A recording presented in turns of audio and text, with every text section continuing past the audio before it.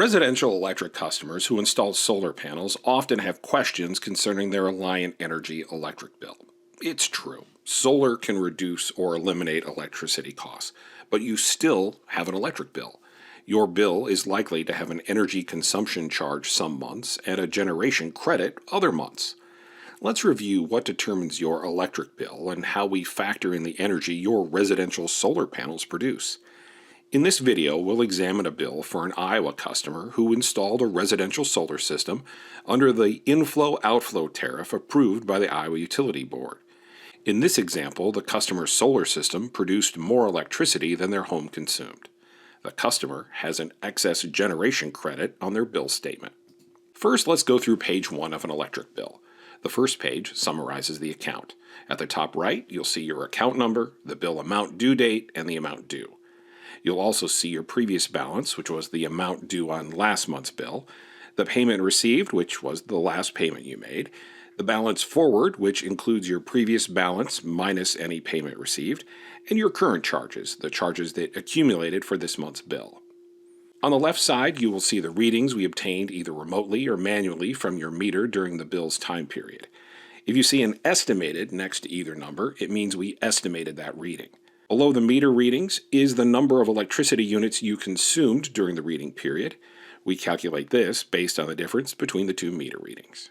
On the first page, you also see your energy usage. You can compare this to previous months. Below that are the degree days. This is an energy consumption indicator based on average outdoor temperature. Next, we'll explain your energy charges and the calculations. Pages 2 and 3 detail the charge breakdown for the electric portion. You'll see your rate schedule and the number of days the bill covers. Here you have your meter information. This shows the energy delivered to you from the grid and the energy the grid received from your solar system. The delivered portion identifies how much electricity Alliant Energy delivered to you. In other words, the amount of energy you consumed that became a charge on your account. This is also referred to as inflow electricity that flows into your home from the grid. You'll also see your meter number, the beginning reading, the end reading, and the total number of kilowatt hours used beyond what your solar system generated in that period.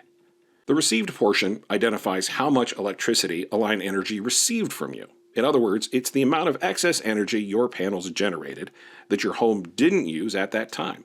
Your system sent this excess energy back to the grid to Alliant Energy, and it became a credit on your account. This is also referred to as outflow electricity that flows out to the grid from your home. Similarly, you can see your meter number, the beginning reading, the end reading, and the total number of kilowatt hours your solar system generated in excess of what you used that period. Please remember that Alliant Energy's net meter does not interact with the solar panel meter your installer provided. We do not know how much energy your solar system produced overall, and we cannot measure the total amount of electricity your home used. We can only measure inflow and outflow from and to the grid.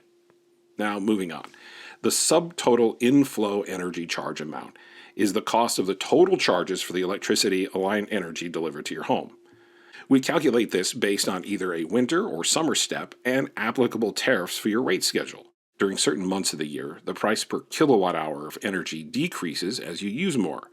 If you use enough energy to qualify, you'll see this rate difference reflected on your bill as steps. Let's take a closer look at how we calculate these charges. In this example, because our billing period covers the summer months, you'll see a summer step.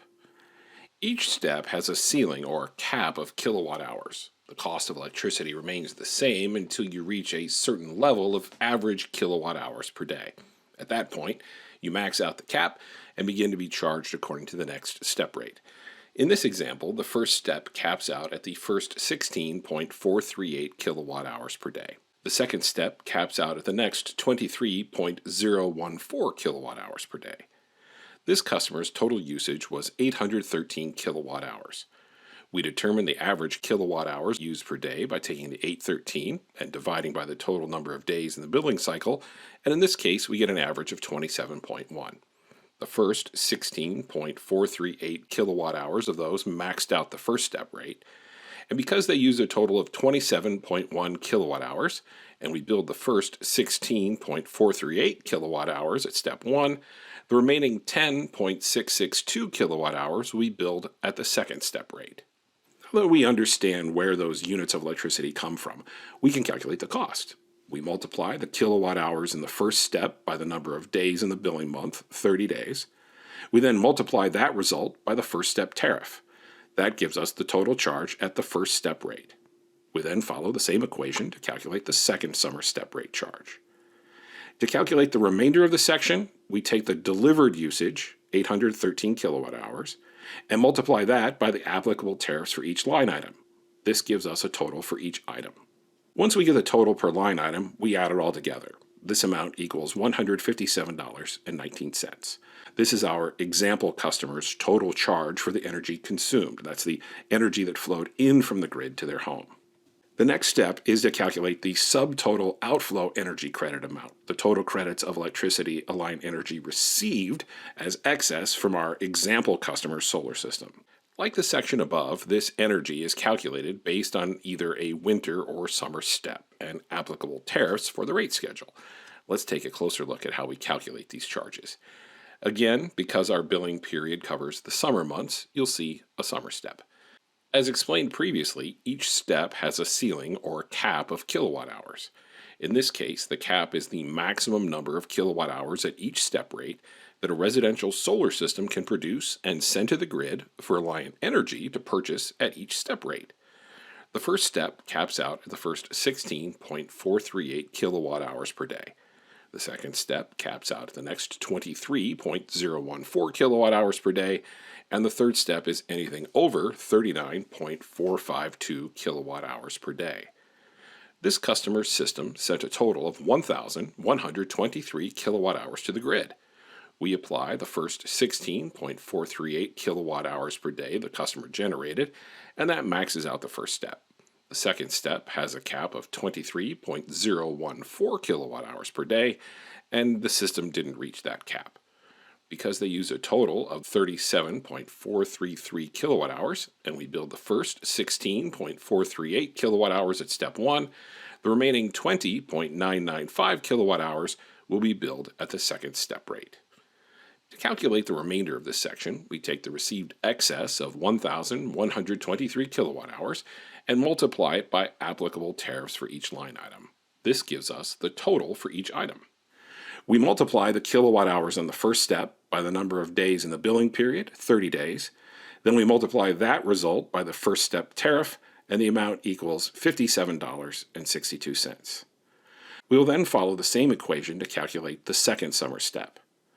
To calculate the remainder of the section, we take the received excess of 1,123 kilowatt hours and multiply it by the applicable tariffs for each line item. This gives us a total for each item. Once we have the totals for each line item, we add them all together. The amount equals $217.11. This is the customer's credit for the energy their system generated as excess. That's the energy that flowed out from their solar system to the grid. Now that we've calculated our inflow energy charge and outflow energy credit, let's find the difference between those totals. The energy charge is $157.19. When we subtract the energy credit of $217.11, we're left with a remaining credit balance of $59.92. Because the customer system generated more energy than their home consumed, we'll carry the remaining credit of $59.92 forward. The account had previous unused energy credits called banked credits. We'll add this new credit to the previous unused outflow energy credit for a total of $447.85 in banked credits. The final portion of your bill summarizes those charges. Because in this example, the customer generated more energy than they consumed, the billed energy amount is $0. The outflow energy credit we carry forward is $447.85. The customer is responsible for a basic service charge that covers the cost of their service, meter, and maintenance of utility equipment. To calculate this, we take the number of days in the billing period 30 and multiply it by the tariff for a total of $12.82. The last items on your bill are the franchise fee or local option sales tax if applicable. A franchise fee, where applicable, is a charge of between 1% and 5% of a customer's bill total as determined by their local city council. To calculate this, we take the billed energy amount and add the basic service charge for a bill total of $12.82. Then we multiply that result by the franchise fee percentage, in this case 3%, for a total of 38 cents. If your town does not have a franchise fee, your billed energy amount plus the basic service charge are multiplied by the local option sales tax percentage if that's applicable in your community.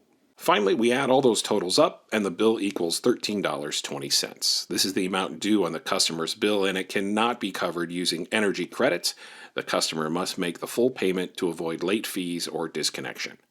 For additional resources regarding Alliant Energy's customer-owned generation services and processes, visit alliantenergy.com/sellmypower.